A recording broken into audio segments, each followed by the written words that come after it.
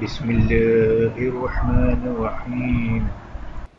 مشہد میں ایک بہت بڑے عالم گزرے ہیں، ان کے داماد تھے، تو وہ کہتے ہیں کہ میں نے ان کی بیٹی کا رشتہ لیا، شادی ہوئی، تو اچانک ایک دن میں ان کے گھر گیا تو دیکھا وہ باغچے میں پھول لگا رہے ہیں، ایک مٹی سی ہے رومال میں اور مٹی میں کچھ پھول ہیں، وہ پھول لگا رہے ہیں۔ تو بوڑھے سے تھے، تو میں نے کہا کہ میں آپ کی بیٹے کی طرح ہوں، آپ کا داماد ہوں، آپ بیٹھ جائیے، یہ پھول زمین میں لگاتا ہوں۔ تو انہوں نے کہا نہیں میں خود لگا دوں گا، کہا نہیں مجھے صحیح طریقے سے لگانا آتا ہے، پھول خراب نہیں ہوں گے، میں لگاتا ہوں، آپ بیٹھ جائیے اور دیکھتے رہیے، اگر غلطی کروں تو مجھے ٹوک لیجیے گا۔ کہا ٹھیک ہے تم لگاؤ، میں دیکھتا ہوں۔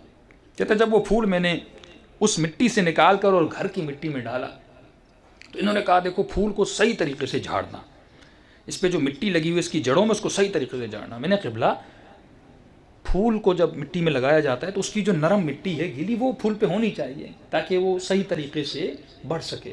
آپ کہہ رہے ہیں میں مٹی اتار دوں، کہاں میں کہہ رہا ہوں اس کی مصلحتیں اتار دوں۔ کہتے میں نے پھر مٹی اس رومال میں جھاڑی اور پھول کو زمین میں رکھا۔ انہوں نے کہا رومال کو باندھ کے دیوار پہ رکھ دو۔ میرے سے ذہن میں ایک سوال پیدا ہوا، یہ اس مٹی کا کریں گے کیا؟ مٹی بچ گئی تھی تو اس مٹی کو اسی پھول کے ساتھ رکھ دیتے۔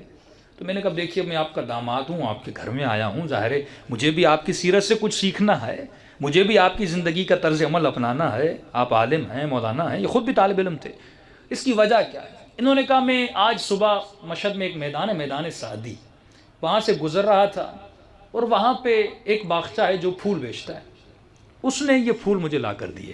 کہ مولانا آپ گھر جا رہے ہیں، یہ پھول میرے پاس بچ گئے، آپ کے پاس باغچہ ہے؟ نے کہا باغچہ ہے، کہا اس میں یہ پھول لگا لیجئے۔ کہا پھر؟ کہا وہ جہاں پہ باغچہ ہے اس کا وہ زمین اوقاف کی زمین ہے، وقف شدہ زمین ہے۔ جب آپ کو کوئی زمین وقف کی جاتی ہے، مثال کے طور پر اگر یہ پلاٹ وقف کیا گیا، آپ اس کی اینٹیں کہیں اور نہیں لے جا سکتے، حرام ہے۔ بعض مجتہدین احتیاط کا فتویٰ دیتے ہیں جو آدمی کرائے پہ بیٹھا ہے وقف کی زمین پر، اس کی چیزوں کو کہیں اور استعمال نہیں کر سکتا، ایسا نہیں یہاں کی مسجد کی اینٹیں لائے گھر کی دیوار میں لگا دیں، یہ صحیح نہیں ہے، جائز نہیں ہے۔ تو انہوں نے کہا میں احتیاط کر رہا ہوں، اب اس نے پھول دیے ہیں، یہ پھولوں کی مٹی اس زمین کی ہے، میں اپنے گھر میں کیسے رکھ سکتا ہوں؟ لہذا صبح جب جاؤں گا تو یہی مٹی لے جاؤں گا اس زمین پہ۔ اسے کہتے ہیں ظرافت، یعنی انسان اپنی دیندار ہونے میں اتنی ظرافت کی نگاہ رکھے، باریک بھی نہیں۔ بینک سے جب پیسے نکالتے ہو اس پرچی کو بھی پڑھتے ہو۔ ایک آدمی تھا، اس ایک بندے نے بینک اکاؤنٹس کو ہیک کیا تھا ایران میں، تو وہ ہر کسی کے اکاؤنٹ سے، مثال کے طور پہ آپ 1000 روپیہ نکال رہے ہیں تو ہر کسی کے اکاؤنٹ سے 5 روپے مائنس کر دیتا تھا۔ اب ایسے 5 روپے 1,00,000 لوگوں کے اگر نکلے تو وہ کتنا بن جاتا ہے؟ تو ایک بندہ اتنا حساب کتاب والا تھا، وہ پرچی نکلتی تھی 5 روپے کاؤنٹ کرتا تھا۔ تو اس نے دیکھا بھائی جب بھی پیسے نکال رہا ہوں 5 روپے کم ہے، اس نے جا کے کیس کیا، وہ چور پکڑا گیا۔ جب اپنے دنیا کے معاملات میں اتنی باریک بھی نہیں رکھتے ہو تو دین کے معاملات میں کیوں نہیں رکھتے؟ دین میں بھی رکھنا ہے۔ اب فرماتے ہیں یہ آغا صاحب جو ہیں بیمار پڑ گئے، جو اتنی اپنی دین میں ظریف بین تھے، کب بیمار پڑ گئے، میں بستر پہ آیا، مریض تھے اور بہت زار و قطار ہو رہے تھے۔ میں نے قبلہ آپ تو نیک، آپ تو صالح، اتنا ظریف بین ہیں، آپ کو کس چیز کا ڈر ہے جو آپ بستر مرگ پر اتنا رو رہے ہیں؟ کہ میرا سکرات کا وقت قریب ہے، میں دنیا سے جانے والا ہوں۔ کہ پھر رو کیوں رہے ہیں؟ آپ تو نیک و صالح ہیں۔ انہوں نے کہا رو اس لیے رہا ہوں کہ میرے اوپر بہت بڑا قرضہ ہے، وہ قرض میں نے ادا نہیں کیا، اب مجھے ڈر ہے میرا قرض ادا کون کرے گا؟ میں قبر میں جا کر خدا کو جواب کیا دوں گا؟ اہل بیت کو جواب کیا دوں گا؟ یہ داماد کہتے ہیں میں نے کہا میں ذمہ داری لیتا ہوں، میں آپ کا قرض ادا کروں۔ انہوں نے کہا میرا قرض بہت زیادہ ہے، تم ادا نہیں کر سکتے۔ کہا میں نے ذمہ داری لے لی ہے، میں قرض ادا کروں گا۔ بس اتنا کہنا تو ان کو سکون آ گیا اور ان کی روح پرواز کر کے چلی گئی۔ کہ جانے سے پہلے انہوں نے ایک وصیت نامہ میرے ہاتھ میں رکھا، میں نے وصیت نامہ جب پڑھا، اب میں نے وعدہ تو دے دیا تھا لیکن میں نے کہا دیکھوں رقم کتنی ہے۔ کہتے ہیں وہ اس زمانے میں تقریباً آج سے 50-60 سال پہلے تقریباً 2000 تومان تھے، اور کہتے ہیں میرا جو شہریہ اور وظیفہ جو مجھے ملتا تھا وہ تھا 4 تومان، اور مجھے کتنا دینا تھا؟ یعنی مثال کے طور پہ ایک بندہ 5000 کی تنخواہ ہے اور اس کو قرض ادا کرنا ہو کسی کا 20 لاکھ روپیہ۔ اب کہتے ہیں میں نے وعدہ جو دیا تھا مجھے ادا کرنا تھا۔ کہتے ہیں میں نے جیسے کیسے کر کے کام کرتا تھا، پڑھتا بھی تھا، لیکن اپنے سسر کا سارا قرضہ میں نے کیا کر دیا؟ ادا کر دیا۔ ادا کرنے کے بعد ایک دن صبح کا وقت تھا، اپنے صحن میں بیٹھا تھا، کچھ کتابوں کا مطالعہ کر رہا تھا، اتنے میں میرے گھر کے دروازے پر دستک ہوئی۔ میں نے جیسے دروازہ کھولا تو میرے سسر کی بہن یعنی میری بیوی کی پھپھی جو ہیں وہ دروازے پر تھیں، بوڑھی خاتون تھیں، وہ بہت نیک و صالح تھیں، وہ دروازے پر آئیں۔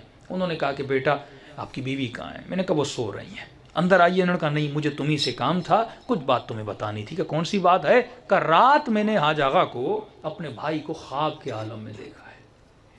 اچھا کیا دیکھا؟ کہ میں خواب میں دیکھتی ہوں کہ میں اس کی قبر پہ گئی ہوں لیکن وہ مجھ سے ملنے نہیں آ رہے۔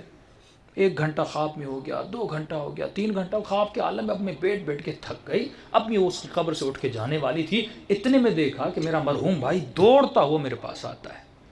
میں نے کہا بھائی اتنی دیر آپ نے لگا دی، آپ کہاں تھے؟ انہوں نے کہا کہ میں کئی دنوں سے اس قبر کے اندر بند تھا، اس کمرے کے اندر مجھے جیسے کسی نے لاک لگایا، میں نکل نہیں سکتا تھا۔ بہت بڑے عالم دین ہیں آغا حر عاملی جو مشہد میں ہیں، کہ وہ بارہا میری قبر پہ مجھ سے ملنے آئے، لیکن کیونکہ میرا دروازہ بند تھا میں اس سے مل نہیں سک رہا تھا۔ بہت بڑے عالم دین انتظار کر کے چلے جاتے تھے، فرمایا آج مجھے رہائی مل گئی اس در سے نکلنے کی۔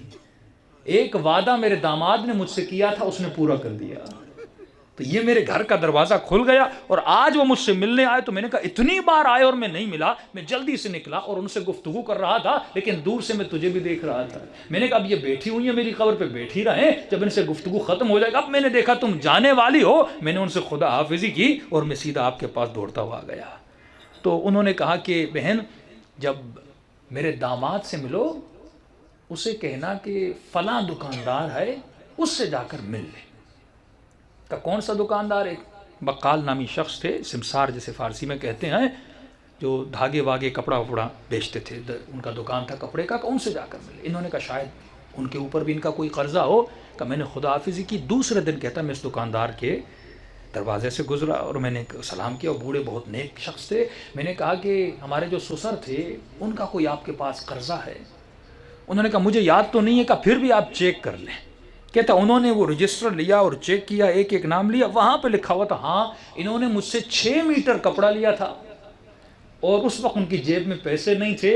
انہوں نے کہا تھا میں بعد میں دوں گا، لیکن قبلہ نے مجھے پیسے نہیں دیے۔ کہ اسی وقت میں نے جیب میں پیسے ہاتھ ڈالا اور میں نے کہا آپ یہ رقم لیجیے۔ وہ بہت غصے میں آئے، انہوں نے کہا اتنی بڑی شخصیت تھی، میں 6 میٹر کے پیسے لوں گا؟ میں نے خط مار دی اور وہ مٹا دیا۔ میں نے کہا میں نے ان کو معاف کر دیا۔ پھر انہوں نے کہا آپ نے دل سے معاف کیا؟ کہا میں نے دل سے معاف کر دیا۔ کہتا پھر بھی میرے ذہن میں سوال پیدا ہوا یہ انہوں نے کب لیا تھا؟ میں گھر گیا اپنی سانس کے پاس، میں نے کہا آپ نے فلاں دکاندار سے کوئی کپڑا لیا تھا کہ نہیں لیا تھا، تاکہ مجھے پتا چلے میرا یہ خواب جو انہوں نے دیکھا تھا وہ سچا ہے۔ انہوں نے کہا ہاں جب بیٹی کی شادی ہونے والی تھی وہ بیٹی کے لیے 6 میٹر کپڑا لائے تھے، لیکن انہوں نے مجھے کہا تھا میں نے پیسے نہیں دیے اور مجھے بھی یاد نہیں رہا اور دنیا سے ان کا انتقال ہو گیا۔ تو ایک چیز یاد رکھیے، جب آپ خدا کے معاملات میں اتنی ظرافت سے کام لیتے ہیں اور اگر دنیا سے چلے بھی گئے، کوئی قرض آپ کے ذہن میں تھا، تو خدا آپ کو ایسا داماد دے گا جو آپ کے سارے قرضے ادا کر دے گا۔